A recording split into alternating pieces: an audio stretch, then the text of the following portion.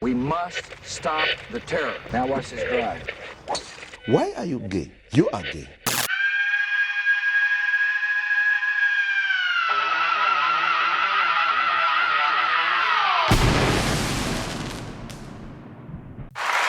All right, welcome back to another episode of the Uncle Hack Podcast. Ladies and gentlemen, week off to those dedicated fans that, you know, this is everything that you have left. I apologize. I left you stranded for a week. And what direction did I leave you with? Nothing. I'm basically like a certain type of father. Just leaving his kids. I had to go get cigarettes and milk, but I'm back with the cigarettes and milk. You know, most of those types of gents, they say that they're going to get those things, and I'm back. I'm back with the goods, and I'm here to present it all to you, so that way we can unify as a nation, as a continent, as a people, as a humankind, Homo sapiens, Bromo sapiens, if you know what I mean. Upcoming stand-up dates, September 6th, we are in Edmonton, Alberta, September 26th, Comox, British Columbia, September 27th, Victoria, British Columbia, October 5th, Chicago, October 12th, and Fort St. John, October 25th, Red Deer, Alberta, October 26th, Wetaskiwin, November 1st and 2nd in Fort Worth, Texas, and just added, November 3rd in San Antonio, Texas, November 7th, Fox Creek, Alberta, November 8th, Peace River, Alberta, November 9th, Grand Prairie, Alberta, November 16th, Toronto, Ontario, November 17th, Niagara Falls, Ontario, December 13th, Thunder Bay. It has been changed to that date now, and we are trying our best to make that damn show happen. December 19th, Oxnard, California, and January 24th in Slave Lake. And there's one date that I forgot to mention in there, December 30th, 31st, whatever the end of December is. Is there 30 or 31 days in December? It doesn't matter. End of the month, New Year's Eve party in Castlegar. Tickets available at dangercatshop.com. Be sure to like and subscribe to the channel. If you're on iTunes or Spotify, give it a rating. All that good stuff. If you want an exclusive episode of the podcast, please head on over to patreon.com/dangercat69. All links are in the description down below. And let's begin the show. Okay, we are back full force, going back on tour. It begins here next week.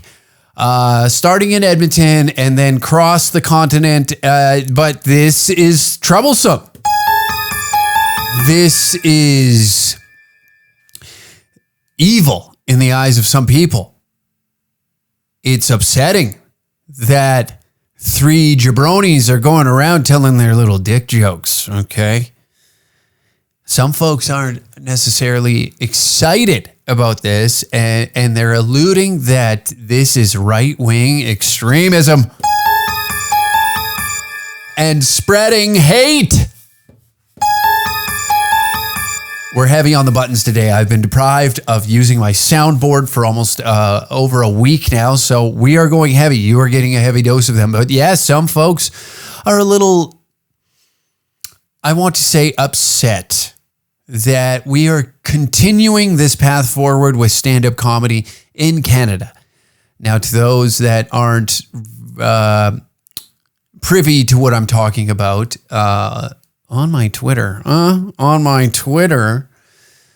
I stumbled across a account that seems to be upset. The thing that is upsetting is these people that are fighting in the name of anti-fascism and alt-right extremism seem to all be faceless online. None of them want to attach their face to the noble cause and fight against the rise of the extreme right. Why is that? If this is such a noble thing to do, why are you not taking credit for it? Why aren't you? Why would you not want your name attached to such a grandiose stance. It really wears on me that you aren't getting the credit that you deserve. You know, I believe that you need to stand up because 3 guys going around telling self-deprecating dick jokes and jokes about how their family members are attractive. This needs to be stopped. And I'm with you. Am I going to stop doing it? No, unfortunately not. I'm not going to stop talking about how small my dong is. Okay. I'm an advocate. I'm an advocate for those that are, you know, that are dealing with such a tremendous feeling, probably some self-consciousness going on. You know, will I ever find a lover in my lifetime? And I need to stand up for these people. So unfortunately, I am not going to stop what I'm doing. And I will find a way to do it.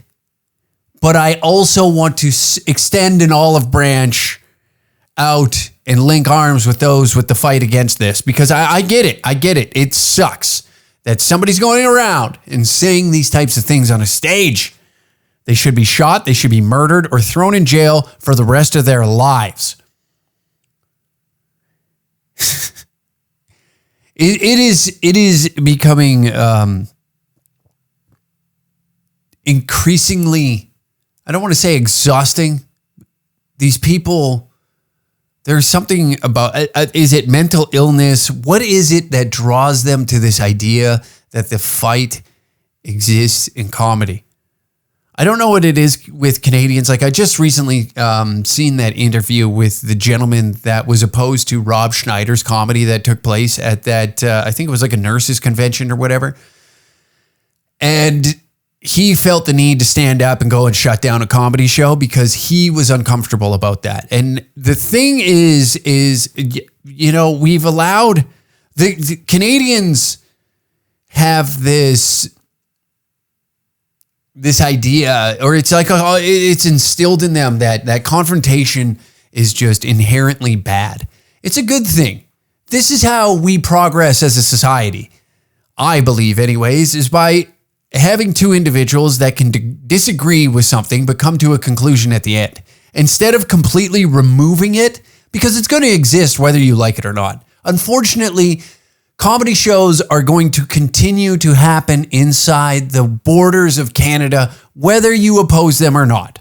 Now, if you want to make it more difficult, that's entirely up to you.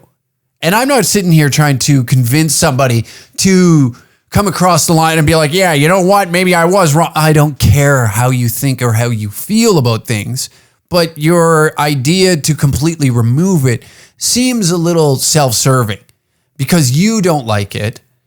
It then warrants the reaction to completely erase it. It's similar to like history. I don't know what it is with the fascination of erasing history at this moment, but you can't. It doesn't just disappear. It happened.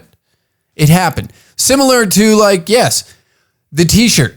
It happened. We can't erase it. It's a part of the lore of Danger Cats now. The roast battle joke is a part of the lore of Danger Cats. Now, does this describe or does it make the whole endeavor or adventure that we're on in this realm of stand-up, does it encapsulate itself in these 2 moments? I don't believe so. You can disagree with it. In fact, you don't even have to like us. You don't even have to attend a show. You do not have to be there. I believe in the right of being able to speak freely. I do. I don't really necessarily believe in threatening individuals and trying to censor. That seems weak. It seems very childish if you're not getting your way and you stomp and scream and then you resort to threatening violence on individuals. You can disagree with it. You don't have to like it. Nobody's saying you have to like it. But to stomp your feet like a toddler until it's removed, it's just going to go somewhere else. Simple as that. Simple as that. We're not stopping. There's no idea in my head. There's no thought process inside my skull, this thick skull, that the comedy is going to go away.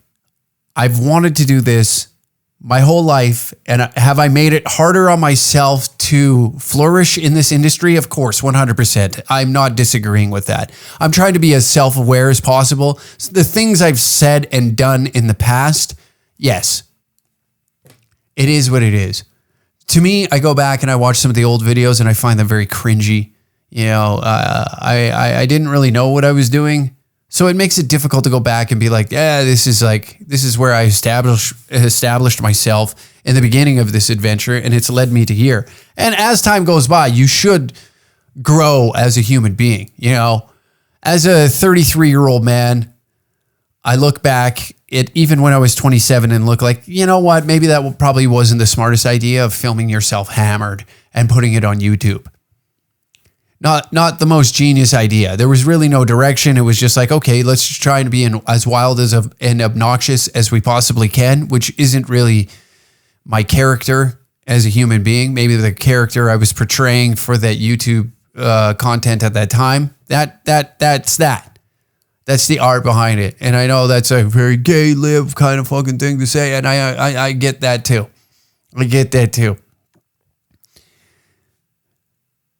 But what I'm trying to say is, as we're progressing in this, and I think we have a duty as people, not just comedians, just a duty as people to, yes, hold one another accountable when some things get a little out of control. But I think in terms of speech, we should allow all speech to happen so that way we can, you know, learn more from one another. And maybe this isn't the best return episode that I've had, but I think that these are things that should be talked about because we are getting so out there. We are getting so crazy with thoughts and beliefs and how everything should be ordered, how it should be pushed on to people. It's getting in. We are. Now, maybe I'm chronically online and I only see the worst of humanity because that's all that's really presented to us at this moment. That's all you're really getting on a Twitter feed is like missile strikes in Syria, fucking decapitated human beings from fucking Somalia. You're seeing street fights in Toronto that end with somebody being stabbed to death. All sorts of bad things exist on the internet, when in reality, when you go walk around your neighborhood, you're not entirely scared now, are you? Depending on where you live, I guess. I, on the other hand, kind of live in a nicer area where people leave their garage doors open without the fear of being robbed blind, which is a nice place to be in life. That's kind of what you strive for, I think, as a society, is that we can coexist with one another without safety being constantly on your mind. It should be there, you know. You should always have a concern of what's happening around you. You can't just live in this false reality that evil doesn't exist around the corner, but you should also be able to kick back and smell the daisies from time to time. Now, this is where being chronically online, I think that it is damaging to one's psyche as you sit there and believe that Nazis are marching down the streets of Granville Avenue in Vancouver. Meanwhile, you're focused so much on 4 individuals that the whole world around you, the real problems, the real issues, there's fentanyl addicts that are slowly killing themselves. And then you have politicians presenting these plans of safe supply of drugs. All in the guise of being like, oh, we're putting up some bubble wrap. We're just prolonging their life just a little bit longer. We know they're going to overdose at some time, but this is what's propping up these institutions and organizations that we fund. And we're able to siphon money off that, right back into our pockets. You know, isn't that beautiful? People are able to pat themselves on the back in the name of a cause that, maybe they don't entirely care about, but they've made it their life's mission because now we're able to fund this and you're being paid for it. And I'm not saying everybody's like that, but there's a deep evil behind all this advocacy. I'm an advocate against what?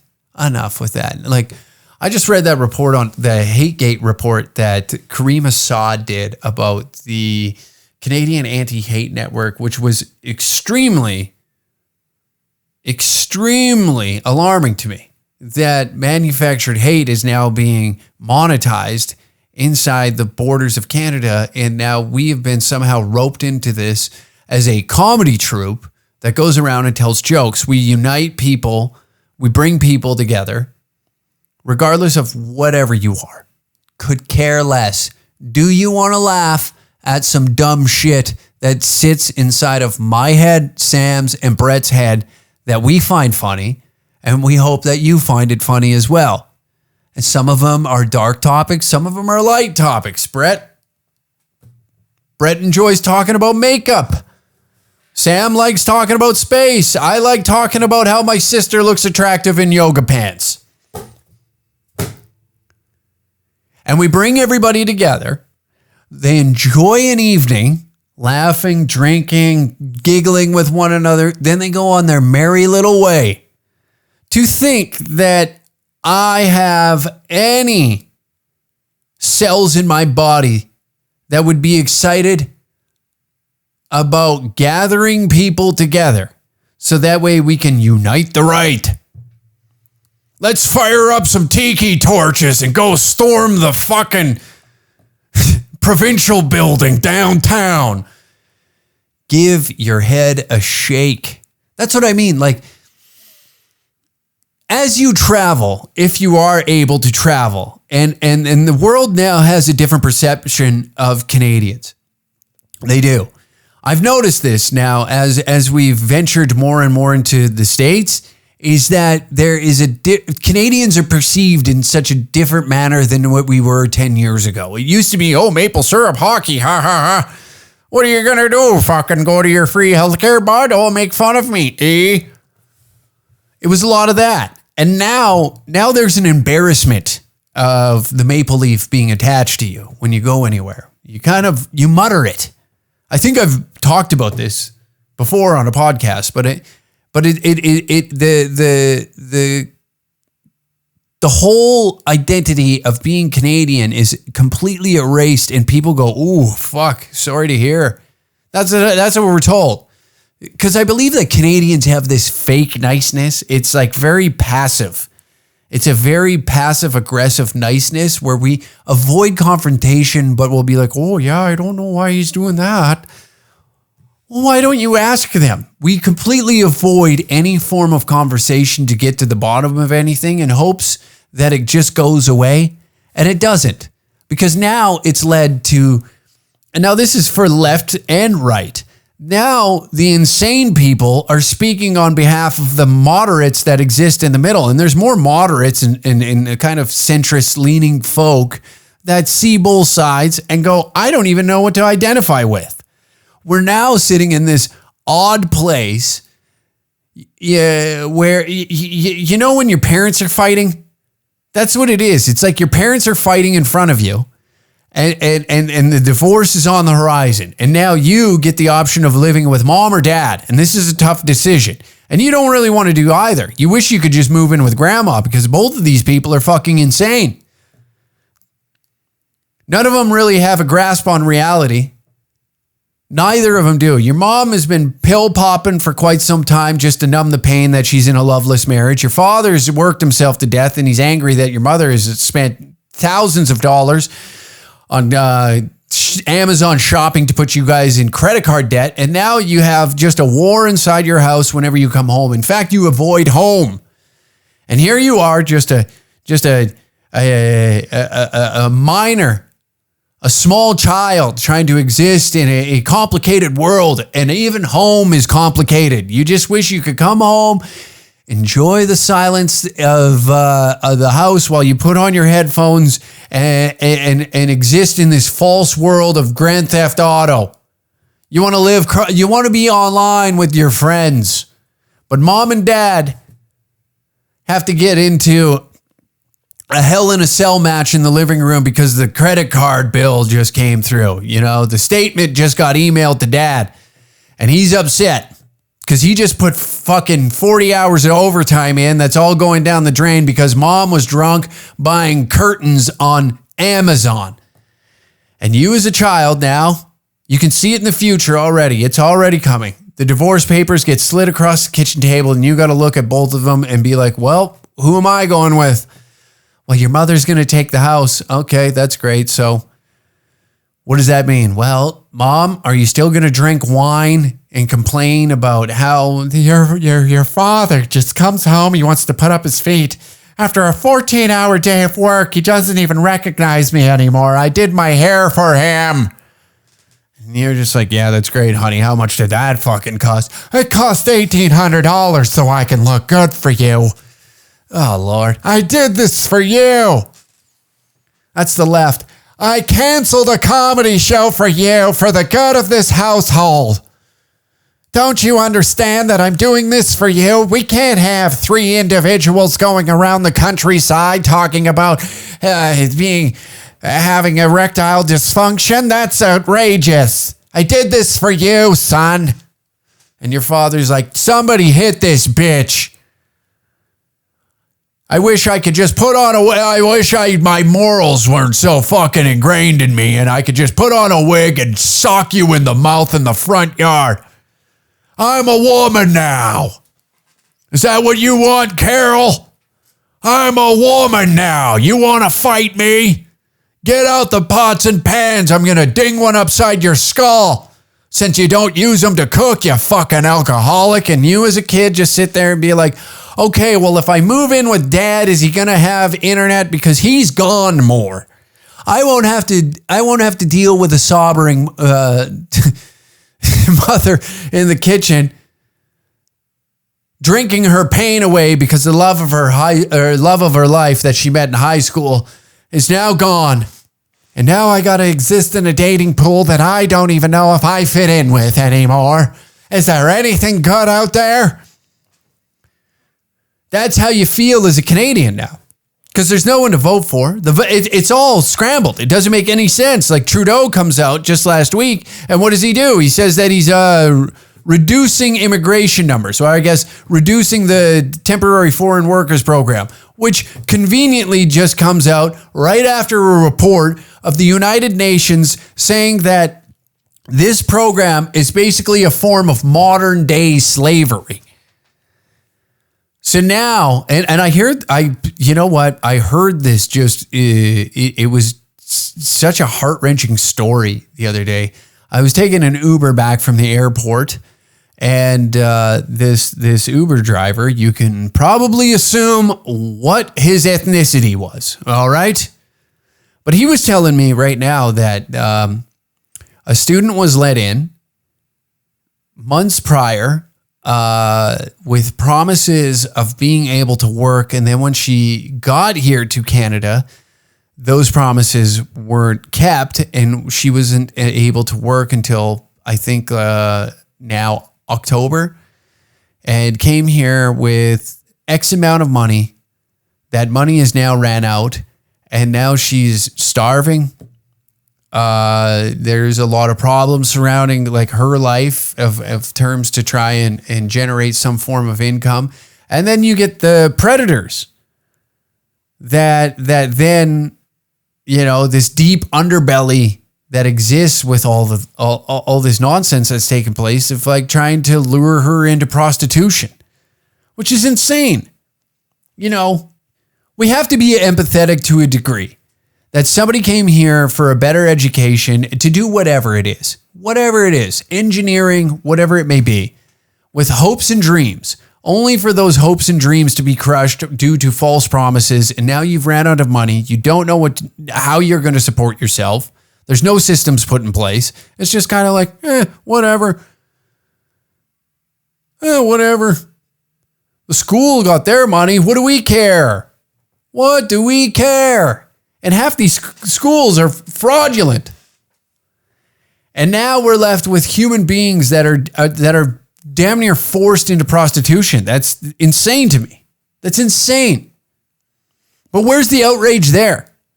That's the part that just irritates me, is we have actual problems. Real problems existing in Canada. But Dick Joke Guy is going on tour. Dick Joke Guy and his buddies are going out to tell dick jokes. We can't have that. But meanwhile, women are subjugated to prostitution due to just outrageous programs that the government has put in place with false promises to come over here. The infrastructure isn't set in place. There's no housing available to these people. In cases like Tim Hortons, the program that they set up, they're paid. They own the housing. They have these people right where they want them. And the housing isn't great. You're stacking people on people. I know we want to argue with one another, because it's easier. It's accessible. We want to point the finger at the guy across rather than the guy that's up. We don't look up. The problems that are created for us as individuals are up. Corporations, governing bodies. But we don't like that. We don't like that because they're not accessible anymore to us. The people that are accessible are the ones on the street. So we scream and yell at them. When in reality, it's these suits that have created the problems that exist in your life. Because last I checked, a foreigner didn't come over here and raise your taxes. Now there might be hold up. With that individual coming over here, that can increase costs of living, but who let them in? We scratch our heads. Now Trudeau realizes that this is an issue, that this is an actual problem inside the borders of Canada, and is retracting and reducing the numbers of temporary foreign workers, which I believe is because of the United Nations were probably down his throat about this. This is not good. It's not a good look for him right now. It's not a good look for him with an upcoming election and him deciding not to step down. It is not a good look. Leftists are now upset with him. Liberals are pissed. The whole country, a majority of the country, cannot stand this man in office, but he is determined that he can swing everybody back his way. And this is where Pierre Poilievre comes into play, because Pierre had an opportunity to use this on his platform and talk about the actual statistics that are coming out, the problems that are coming out with the rampant increase of temporary foreign workers in immigration. But he didn't. He refused to. Instead, he went and pandered to that audience and said that, oh, no, don't worry about it, buddy. Just make sure when you go to the polls. So this makes me to believe that democracy is it's a sham at this point. They don't care. None of them care. And then we can go and we can look at somebody like Maxime Bernier up here, who I believe, could be the Canadian version of an RFK, because he's been pretty consistent with his messaging. His messaging is pretty consistent, and a lot of people don't want to look at him because of the slander that he's received in the media, because he was against the vaccine mandates. He was against lockdowns, and I agree with him. I don't align myself with the PPC party by any means, but I do enjoy that there is somebody out there that will take a stance like that, which shouldn't even be a controversial stance, but somehow it is, by not allowing the government to overreach. That's a good thing. We need that, because it creates this false sense of security that they have their best interest in you as an individual when it's not. And we keep scratching our heads why we're still in the same problems. It's right in front of us. We all want to fucking look around. We're just looking around as crime-riddled cities are happening. You know, your inability to have a decent life in this country is lost. There's no identity. We're unable. Like, look at the streets. Look at the streets. Go to any major center right now, and it's unfortunate. This is sad. It's not something to be proud of. In fact, I don't even really enjoy making fun of it because it's just sickening that you go and you walk the streets and you have disenfranchised people that, you know, something pushed them there. Now, whether it's mental illness, hard times, so they just use drugs to escape, there's many different reasons. But we just go, oh, yeah, well, we'll throw more money into this organization that's going to go and hand out more needles instead of like, well, how do we fix the problem? Because the advocates are like, well, we need safe supply, and we need safe injection sites. Do we? Or do these people just need help? Because some people, they just need a hand to get up and get going again. But we disregard that and be like, well, no, actually, we're just going to give them this stronger grade of fentanyl so that way they can just, fucking slowly kill themselves rather than just use the MAID program. Because unfortunately, their organs can't be harvested and sold. It's ridiculous. It's fucking ridiculous. But somehow language is our biggest enemy right now. And it's sad. It's fucking sad. I don't know. I genuinely do not understand the current state that we are in. Is it because we've been deprived of human interaction for 2 years that we were left to just stew in our own apartments and houses? We didn't cross paths with anybody that was different from us. Has this stoked the fire? Like, I believe that there's probably a lot of cause and effect with lockdowns, and I think we're seeing the effects of it right now. And then it wasn't good.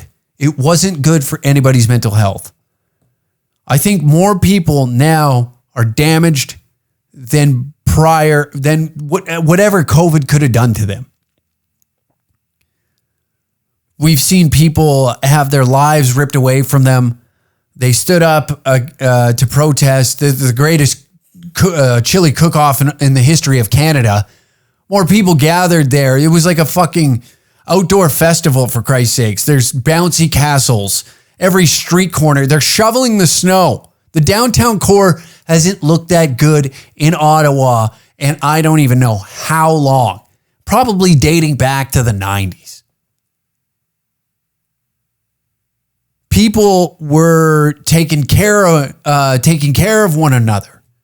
There was unity of all creeds, religions, race, genders, sexuality. Folks were upset. They were tired of this nonsense. But then again, comes out the paintbrush from the left saying, well, they're racist, they're misogynists, they're bigots, they're fucking xenophobes.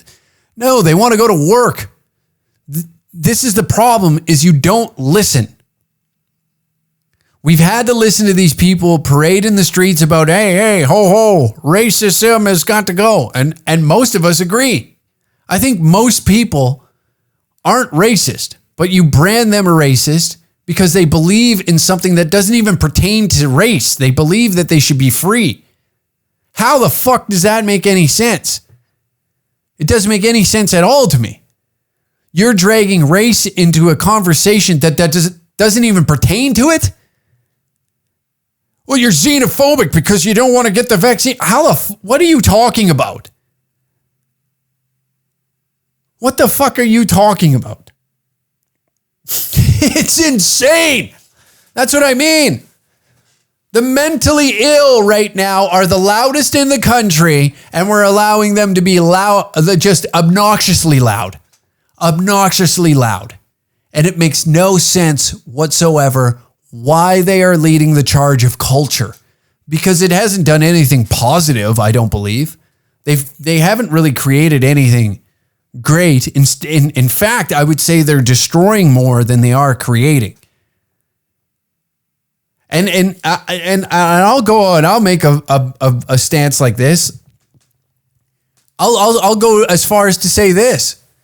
I don't believe that anybody, even on the right, should be threatening a drag show. I don't think. What kind of hypocrite would that make me? It's like, oh, I believe I should be able to go on stage and do what I want, but they shouldn't. That's insane. That's such a dumb thought process. To me, anyways. If people are going to buy tickets and go to a drag show, whether it's for fucking all ages or not, they have the right to do so. Whether you agree with it or disagree with it. And I don't really fucking care if that upsets people, because I believe that I should have the right as well to go on stage and talk about how I want someone like Michelle Obama to fuck me in my ass. Why can't I go and do that? You want to bring your kids to that show? Go right ahead. You want to bring your kids to a Danger Cats comedy show where I talk about Michelle Obama bending me over a lazy boy and just feeding it to me? You should have the right to do so. But we're so, well, I think this, so it's got to fucking be that. Enough. It's not doing anything. It's not doing anything good. But this grandioso stance of like somehow your morals exceed the person beside you's morals because what? Because what? You have a rainbow flag? Enough with it. Enough with it. No, the crazy thing is like most of the guys that I know, and now this is just my own experience. If a gay dude came and hung out, I am an ace at the English language. If a gay dude came and hung out with me and my friends, none of them would care. None of them would care. I think the whole gay agenda of like gay men, I think they went through it. And they are enjoying the fruits of their labor now. Because they're just able to exist. Gay dudes are, especially old school gay dudes, are so funny to be around. Because they get it. They understand banter. They get that we can break each other's balls and it's just joking around and that I don't actually believe this. You know, tone and delivery are obviously a big play on that. But they would get and be like, oh yeah, well, thank God you're not going to be in heaven, hey? Boy, that would be a very enjoyable experience if it was just gay dudes up in heaven, wouldn't it? But they understand that I'm just busting their nuts. That's the joy of it. We're this new era of left-leaning folks I don't think truly understand satire and sarcasm that well. I don't think they do. Because as soon as they hear something, they take it as literal and they don't understand the tone and delivery behind the joke that they're hearing. That's how it comes across to me. That's how it seems. Because why else would we be arguing about this? Well, he's a racist because he's... What the fuck are you talking about? What are you talking about, S.A.? We got all sorts of other shit to be angry about. And you choose this? It's like... We'll get into like words right now. Words. This I found interesting. Advocates... This is from the CBC. Advocates say words matter when labeling recent death a femicide. Naming it makes it harder to ignore, they say. Now, my question to you as the listener, now, are we just more focused on the word itself or the actions that took place? Because recently a woman just died. Jennifer Zabarulo was found dead in her home on a Sunday evening. Her husband has been charged with second-degree murder. And now, right now, his advocates are very, we got to label this something. We have to have a label to it. It already is. It's second-degree murder. It's second-degree murder, but we got femicide. So now, instead of like the actions that took place, now we're trying to make this verbal. This is what I don't understand with this. It's like advocates now, I think love the attention. There's attention that comes with being an advocate that you don't necessarily get with just your day-to-day practices. There has to be something that can get you recognized and get your 5 minutes, have your TikTok fame. Whatever it may be, the news is going to come and talk to me about this new word, femicide. Oh my God, ladies and gentlemen. And this is tragic. Like a woman lost her life, so that way we can sit here and determine, this is the new word that we got. Like somebody died. Somebody is dead because of this. But thankfully, the Ottawa police came out and said that this is a femicide. It's a murder. The man killed her. And the crazy thing is that we're sitting around scratching our heads. We're like, well, why is this? Why are all these women dying? What's going on here? What do we got to do to stop it? I know. I got the big play. We're going to label this femicide, hey? Then all the people will start listening to us. And then we're good advocacy groups out there, and they'll be pushing this language. So that way men will know you can't be a femicider. The OPS said it considers her death a femicide because it occurred in the context of intimate partner violence, which is one of the many forms of misogynistic killings. So he hated his wife. Again, this goes back to earlier with parents arguing. No, that's a horrible joke. I shouldn't be making jokes about that while I'm trying to make a stance that the way I was. The term femicide denotes the killing of a woman or girls because of their sex or gender, but it is sometimes more broadly or more narrowly applied, according to the Canadian Femicide Observatory. So now we got more advocate groups and organizations that just language. Why don't we focus more on the actions? How do we get to this place? Why are women dying at the hands of men? Do we have a weak, broken society? Is that what it is? Do we have a bunch of weak men walking around the country of Canada that need to feel empowered so they beat the shit out of women? Is that what this is? What is the main issue? We can change the language all we want. It doesn't necessarily change how it's going to look like in the future. Sure, that's great. Now next week, when a woman gets murdered at the hands of her lover, looks like a case of a femicide. Well, why? This is exactly like when you look at the homeless situation. Why is it happening? Some people just don't want to be a part of the system. They don't want to be a part of it. They've never wanted to be a part of it. And to those people, leave them the fuck alone. If they're not bothering anybody, if they're like camping outside of the city and they come in every now and then to collect cans and take them in. In fact, I would say they're bettering society. They're cleaning up. They're cleaning up the mess that every other filthy pig is not doing by not recycling. So they go around, collect the cans, they take it in, get a little money, they get a little scratch, get what they need, and go back to their little abode in a river valley away from the rest of society. Now, there's an issue when you have fentanyl addicts in downtown Coors screaming at the sky that it's falling and the government is trying to kill them. That's a bit of an issue, isn't it? But do we change the language? How do we fix this moving forward? Nobody seems to have a fucking plan. It's just like, advocates say. What do we got to do? We need strong men again. No dude in their right mind, no dude I would ever associate myself with is smacking around ladies. But here, I'm getting real deep today. I apologize. I've had a long week to think, and a lot of things have been irritating me.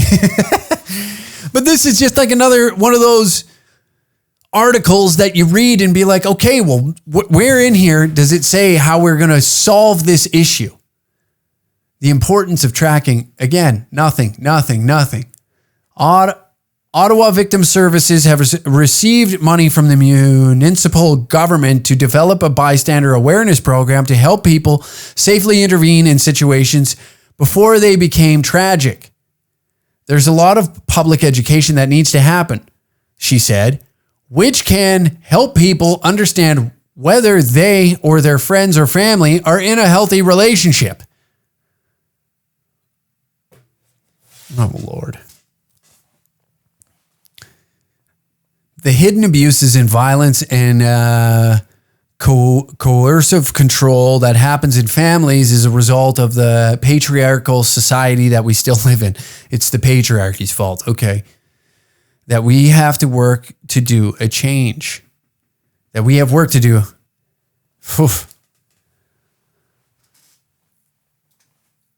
Because we have a society right now of weak men.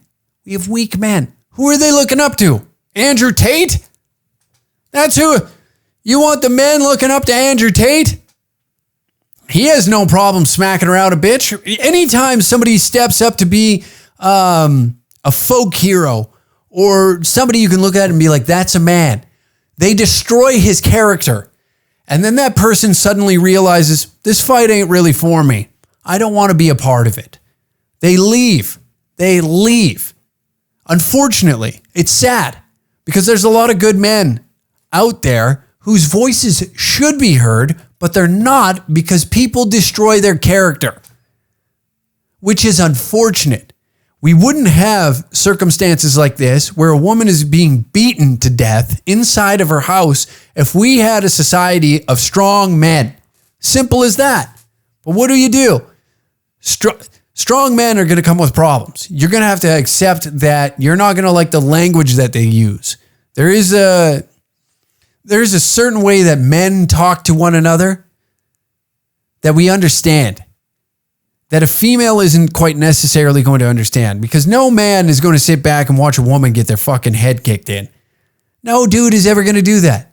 But now we live in a world where if a man intervenes with that, somehow he is charged for assault. You can be charged with assault. I know you see so many circumstances where guys step in, they defend a woman, and then somehow they get charged. So it's tough. You have to allow some leniency. Because we have plenty of good men, and I'm tired of hearing about all this shit. There's no good men anymore. No, they just refuse to interact with most of society and most of people because of what they see and what they fucking hear with their own eyes and ears. So it's difficult for them to want to participate. They just want to be left the fuck alone, which has led to this rise of this red pill bro movement that's just gay as hell. How many bodies do you got? If you had, it's no different than nature. Strong individuals. You know what? I just read this book called Killing Crazy Horse. It was a great read. I was on vacation the whole week. I read a whole book on vacation. That's what I did.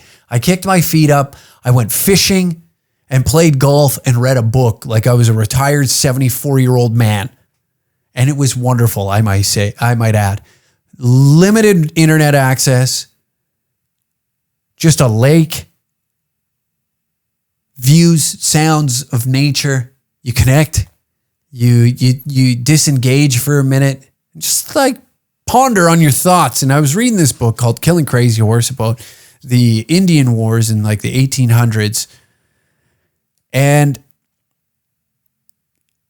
I got to say, first off, wow, the Comanche were badasses.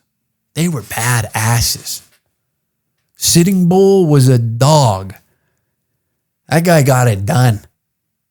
If it wasn't for just sheer force of numbers, those guys would have tore us up. They were good. Let's be honest with ourselves. Let's be honest. If we didn't come over with sheer numbers and heavy artillery, that was the only thing. The honks would have took a beating. but we just sent them into the meat grinder. It was like, it's like Russia, Ukraine, just front lines getting drone bombed the whole fucking time. But those in that era, I'm not saying that evil shit didn't happen, like some ladies didn't get smacked around, but you had strong men. Strong men that could lead. Now we got dorks. Don't believe me? Look at who's running for office in Canada.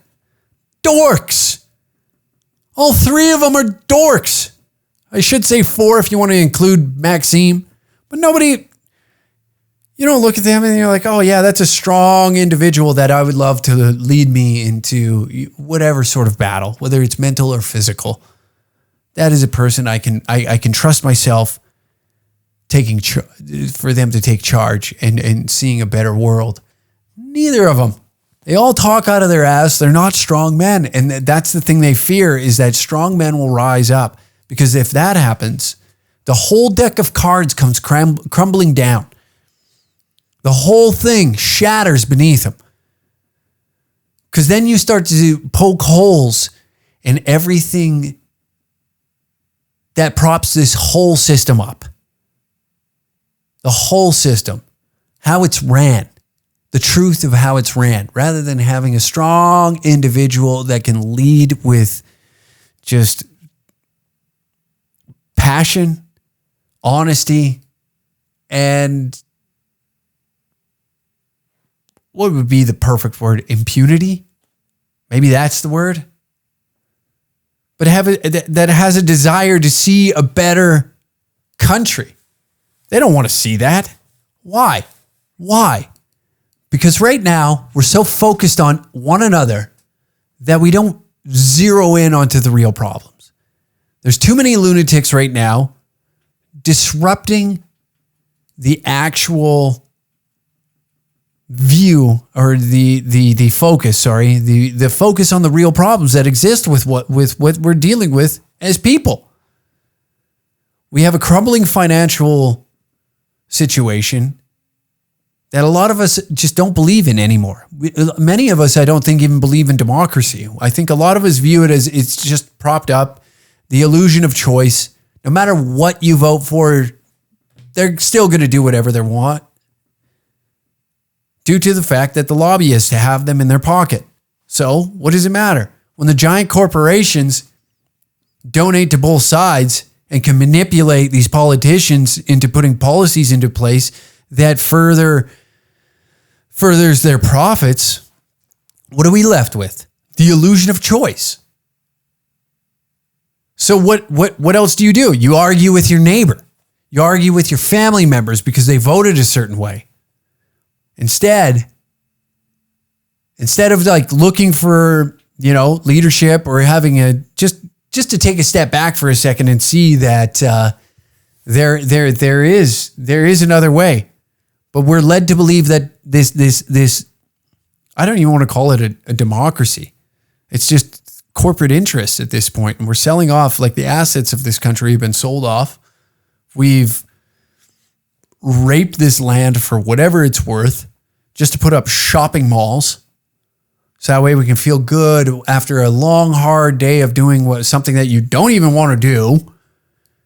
And you earn your wage and you can go down to the shopping mall and find that one item that just gives you some sort of an endorphin release where you can feel good about yourself for about 15 fucking minutes. I went down and got that new tailor-made driver. Boy, do I feel good. I can't wait. I got to put in 80 hours a week so I can go and play a game for 3 hours on the weekend there. Oh boy, it's going to feel great. It's going to feel fucking fantastic. It's I hate to say it, but it's starting to come across as all a sham. It's all one big fucking sham. I do have something great today. We're gonna segue off. I feel like I've been rambling now for quite some time. We got a little surprise for you. Somebody's finally left us a voicemail, folks. I am proud to admit that some of the individuals were able to figure out how to record a voice note on their phone and send it in to the show so that way we can air it on here. I don't know how he did it. You know, this is a breakthrough in technology for morons across the plains. It's a beautiful day because not only do we get to play this for you, but we get to respond to it and we get to hear the voice of this individual, the tone. And that's what we want around here. I'm tired of reading your fucking misspelled bullshit because then I look like an idiot trying to decipher this cryptic message like the Zodiac Killer just emailed the show. Misspelt this, misspelt that, sentence structure not there, where your voice is just, I can feel it. I know what you're trying to say. And today we have one. Oh. Oh God. I go and do that and I call somebody an idiot and I forget to plug in the one. I had my laptop with me. Now let's hope this works. Let's hope this works. Because my God, if it doesn't.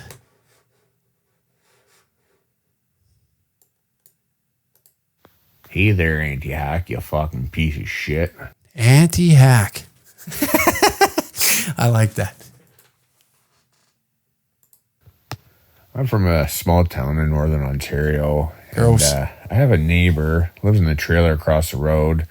We call him Mr. Leahy because he gets drunk and fucking pisses himself. And when he gets really, really drunk, he'll fucking try and kiss you and grab your ass and grab your cock. You know, all the typical Leahy bullshit. But the funny part is that him and his uncle were both banging the same broad or whatever and fucking Uncle got knocked up. And now they're both fucking arguing on who the dad is. And I don't know, I kind of find it funny as fuck. But what should they do about it? I want your opinion. Thanks, buddy. Love the pod. Hey there, anti-hack. What should they do about that? I think they should co-raise the kid together. I mean, it's 2024, you know. To have two fathers isn't out of the question.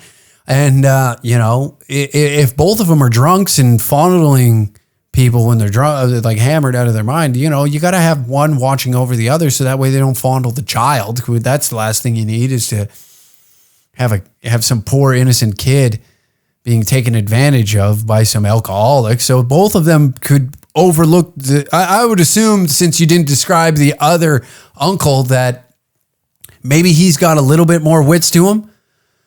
I'm going to assume. So that would balance itself out. So I think that they should deter from the idea of getting a paternity test to see who the true father is and just believe that both of them are the father and that they, in some sort of scientific miracle, were able to procreate with both their sperms and create like a super child. Maybe this kid, it turns out to be the next Connor McDavid that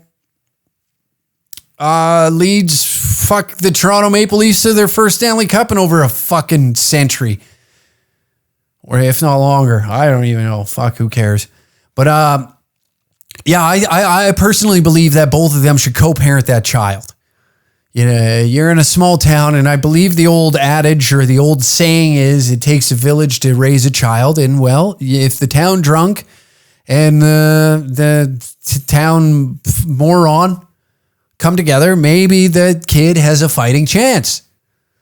Now, it's unfortunate that the mother is a whore. The child, no matter what, has to be raised with the idea of that my mom was banging two guys that are related at the same time. And unfortunately, that's going to be a tough go for that kid. But maybe both of them together being in the household and it could possibly create a stable environment. I know studies show against that, but I like to be a believer. I like to believe. And that may be a fault of mine. That may just be a fault of mine. But I think deep down in my heart that a drunk Leahy, maybe it's like a Randy Leahy kind of, you know, Randy kind of was there and was a voice of reason where Leahy was a bit obnoxious on the bottle, drunk, trying to touch all the boys. And then maybe it turns into I'm not saying that the uncle and your buddy Leahy there are in a relationship, but maybe it is Northern Ontario. And, sometimes isolation leads people to do some pretty questionable things. And that's just life. To those that have worked in a camp for 2 weeks, 3 weeks on end, some things start looking very attractive that should not be attractive in your world. But that's the reality, folks. So yeah, that's what I say. I say both of them co-parent the kid, no paternity test, and let's see what happens. Roll the dice. It's 2024. You can have 2 dads. You can have 3 dads. Hell, some kids don't even have a dad. Isn't that something? Anyways, thanks for listening to another episode of the Uncle Hack Podcast. If you want to send in a voicemail, by means, please do so. We would appreciate that. unclehack@dangercats.tv just says, record a voice note and email it to me. I know that's a very difficult task and some of you can't comprehend it. And that's unfortunate because, in the growing days of technology and the advancement of all these wonderful devices that we have in our hand, we're able to do a lot with them. So send in your hate mail or whatever it may be, your questions. I don't even care what it is. We can label it whatever you want. You can just roast me for fucking 4 minutes for all I care. Get it off your chest. Send it into the show. I know therapy's expensive. And you can support the show at Danger Cats Patreon, patreon.com/DangerCats69 for a price of a beer a month. You can support a desperate podcaster / stand-up comedian that is in an ongoing invisible war with anti-fascists that believe that I am firing up a Reich in Canada. Isn't that nice? Thank you, and we will see you all next week, Thursday at 3 p.m. Mountain Standard Time. Be sure to check out the website as well for all the tickets or the stand-up dates that we listed prior to all this nonsense. Take care, everybody.